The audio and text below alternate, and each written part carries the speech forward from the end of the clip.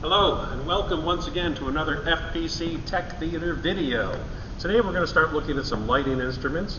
We have three lighting instruments right here, the Source 4, the Fresnel, and the Parcan. And we're going to look at all these in class and on this video and learn about the basic pieces and parts of them. We have three different lights because they have three very distinct purposes. The Source 4 is what we call a profile fixture. That means that the edge of that beam of light is going to be very sharp. Think of the follow spots when we did our follow spot lesson, and the follow spot has that very sharp edged beam of light. So the Source 4 is a profile instrument. Profile instruments are used to highlight areas, sometimes in what are called specials. A special is when you want a beam of light on a very specific area, like let's say a podium that someone's going to be standing behind, or a downstage center special, and we just want one beam of light for that person to be in. The Source 4 is the instrument for that.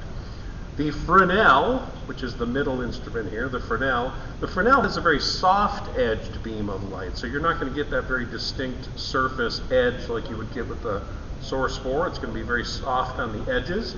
That makes it very good for stage washes. If you want the entire deck to have this wash of color, a blue out, a red out, whatever color you want to put on it, the Fresnel is going to be your instrument. And the Parcan is the instrument that's kind of a combination of the two. It doesn't have a very sharp edge, but it's an economical instrument, and it's used a lot in music, especially as backlighting, the Parcan. So we're going to look at all the pieces and parts of these instruments, and we're going to start with the Source 4 that's on the top of the pipe here. The Source 4 has the most moving parts on it, starting with the lens mechanism itself. The lens itself is measured in degrees. So this happens to be a 19-degree Source 4, and if you look on the little edge right here, you can see where it's labeled as a 19-degree Source 4. The degree is going to be the size of the beam of light. So a 19-degree is going to be smaller, then we're going to go up to a 26-degree, and then up to a 36-degree. So the higher the degree goes, the wider the beam of light. Remember, you have a throw distance for the instrument too. The further the instrument is away from whatever it's lighting, the larger that beam of light is going to become. So that tells you how to use the instruments. If you're going to use them in your FOH lighting position, if you're going to use them on the stage in the three electrics, or whatever you're going to do with them. To take the lenses out, there's a little knob that's on the top here. And you just unscrew it counterclockwise.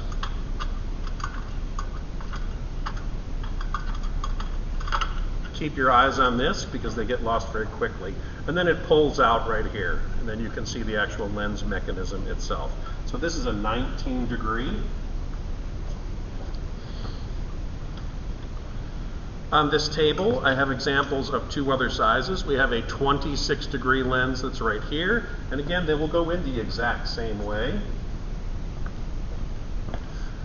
It's going to line up. You're going to put your screw back in here, and it's going to tighten up, and you're ready to go. So the 26-degree lens for the Source 4 is going to be a wider beam of light. Let's also take a look at a 36-degree Source 4 lens.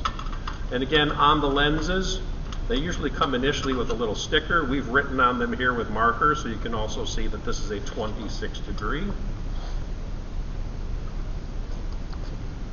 And the last size that we're going to take a look at is the 36-degree Source 4 lens.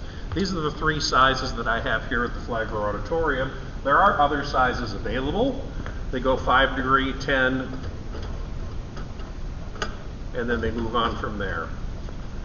So this lines up just like this, and we tighten that up.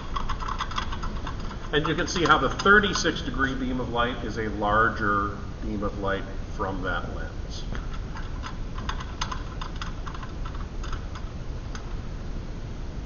There are framing shutters on the Source 4. These little fins that are coming out on the side here, and as you move those around, you can change the shape of the beam of light. They are designed to kind of be moved sideways as well, but it is a straight edge. but it will allow you to frame around a specific area or cut around a specific area that you are trying to light.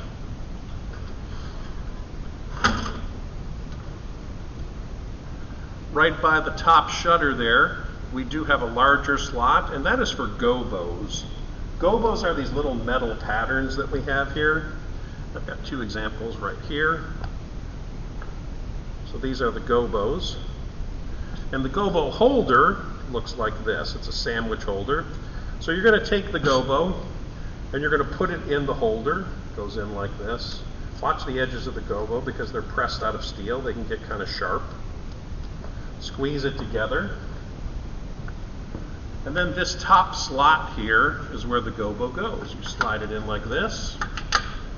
And then when you tilt it back up, to focus it, you're going to grab this little knob here that you use to remove the lens, loosen it, and slide that lens. As you slide it, you're looking at your gobo image. And when it's very sharp, you're going to hold it in place and tighten that up, and your gobo will be locked into place. The gobos are very close to the lamp itself, which is a 750 watt lamp, which means it's going to get hot. So be careful when these come out. They can come out and be very, very hot. So don't touch them initially. If you have a gobo that has a very distinct pattern on it, like this one has an animal on it, a cheetah, it's got to go in upside down. So put it in your holder upside down. And when you put it in the gobo slot, when it passes through the lens, it's going to flip it, and it's going to put it right side up for you. And then on the bottom of the instrument here, we do have this. If you loosen this, it's barrel rotation, and it does allow you to rotate the barrel just a little bit to straighten up that gobo, and then you can tighten it up. Just make sure that you don't take it all the way out, because then you're at risk of the instrument possibly falling apart. Again, when the gobos come out, they are very hot. To sharpen up the edge of that gobo, we have what's called a donut. Donuts look like this. And you take the donut, and it slides right in the front of the instrument right here. And that's going to take the haziness, take that little bit of haze off of that gobo. When light passes through that smaller hole there, it's going to block off the light that's bending to the sides there, and that's where that haze is going to come from. So it's going to take more of the straight ahead light, the light that's going straight, and that's going to change that focus and make it sharp. The other slot that we have here on the edge of the lens, we have two little slots. The other one is for gel. Gel is this material that we have right here. Now on the edge of the lens here, we have two little ears. We want to put the gel in the ears that are closest to the lens here. So we want to take the closed side of the frame and make sure it's up. Pinch the frame on the bottoms and make sure you get all the ears in that little slot there, and it slides all the way down. The Source 4 has this little clip that's on the top here as well, this little clip. And the way that you close that clip is it's on a spring load. So you have to grab it and you have to slide it. It slides and then it will close shut. Same thing when you go to open it, you've got to slide it and open it up like that. So otherwise it feels like they're locked. So it does have a locking mechanism for the gel frame to keep it locked. Make sure the gel is as close to the lens as possible in that set of ears. There should be no space between the lens and the gel frame right here. That's how you use the gel for the Source 4. The burner base here at the back of the instrument, which is where the lamp is located, can come out. And this is a 750 watt lamp.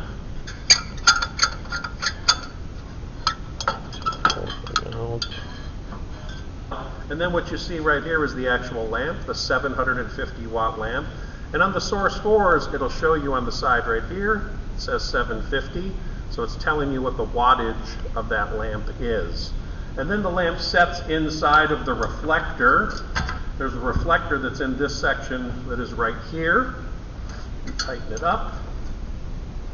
And the reflector does a really good job of bouncing that light around and keeping a lot of control over it so that the majority of the light is going to come out of the lens and not be wasted by refracting into different places where we don't need it to be. So that is the Source 4. It has the most moving parts on it. You can tilt it up and down. You can change the shutters, you can add a gobo, you can change the focus of the beam of light, you can rotate the barrel.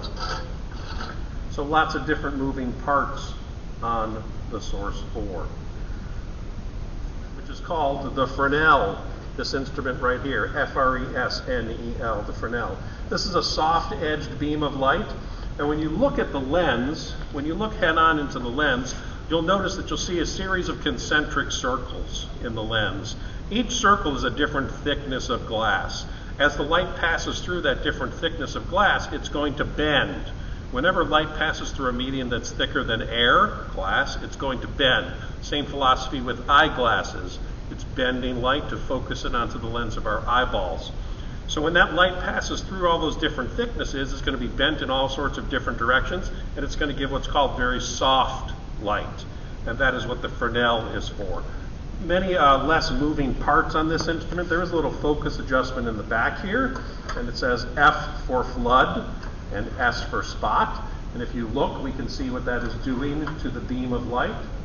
F is flood, S is spot. It also has a tilt adjustment. You can tilt the instrument up or down and lock it into place. And just like the Source 4, it has a space right here for gel. It's a different size frame. The frame is going to look like this, different cut of gel. Slide it into the frame. 2 sets of ears. Again, we want to go in the ears that are closest to the lens. Pinch the gel frame on the bottom so that you get them in that set of ears, and then you are all set. The second set of ears is for accessories, and one accessory that we have is called a top hat. And this is an example of a top hat right here. If you want to choke down that light a little bit to have a little bit more control, you can take that top hat and slide it in that accessory slot, and that's what a Fresnel will look like with the top hat on it. Please make sure that you have the gel in the ears closest to the lens. Again, there should be no space between the gel frame and the lens itself. No space there, so we don't have any light that's going to actually come blasting out of it. So that is the Fresnel. And the last instrument on our boom pole today is the PAR can, P-A-R, can. These instruments were invented in the 1960s to support touring rock and roll acts. Whereas these are theatrical instruments, they're beautiful instruments, but they're very delicate. You have to be careful with them. They don't like being beaten up. If the lamp is on, you shake it around too much, the filament is going to get destroyed and it's going to fail. The PAR can is the solution to that. So it has a very fixed-edged, fixed beam of light, kind of like a car headlight inside of it, so that if it does bounce around, it's going to work okay. So it was invented to support touring rock and roll acts. This is an instrument that can be on during a show. You take it down, you throw it in the back of your truck, you drive onto your next event, bounce down the road, you plug it in, and the PAR can is probably going to work. It is a very simple instrument. It's an extruded metal shell, and then the lamp is seated back here. It's only got one set of ears here for gel. This top ear right here is on a spring load. So once you hang it, you can gel it. And it has a larger piece of gel right here, a larger gel frame. Slide the gel in.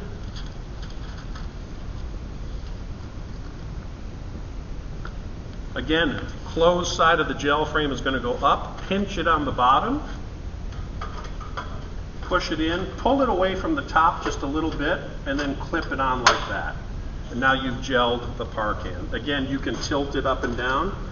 No focus adjustments. It has no controls on it to change the focus or the shape of the beam of light. However, it is possible to change the shape of the beam of light in a PAR can. All of these instruments, the connector on them to plug them into power is what we call a 3-pin stage connector. So it's got 3 little copper pins right here, and that's how they plug in. The kind of connectors that you're used to at your home, we usually call those Edison connectors in theater, the same kind that you see at home. So it's plugging into a floor pocket here. Here is the male version, the male version of the 3-pin connector. Here is the female version, and you plug them in, and you get power, and you're ready to go. So this is some information about the 3 main instruments that we have here at the Flagler Auditorium: the Source 4, the Fresnel, and the PAR can. And we're going to get our hands on these in class, and everyone will pass a very simple hands-on test. And you'll see these instruments in theaters throughout the world if you choose to continue in technical theater as a career. All right, thanks for paying attention. We'll have more information soon. Bye-bye.